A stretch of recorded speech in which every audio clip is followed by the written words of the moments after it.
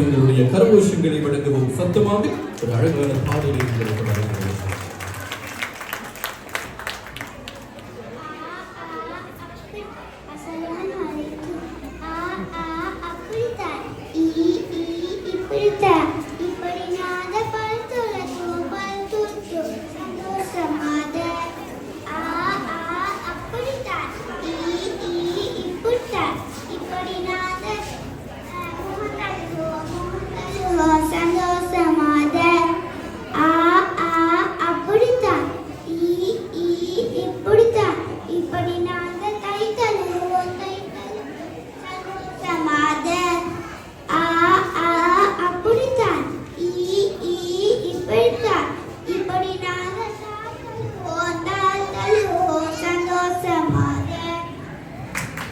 ஐமனுக்கு ரொம்ப அழகான நிகழ்ச்சிகள் இருந்தாங்க.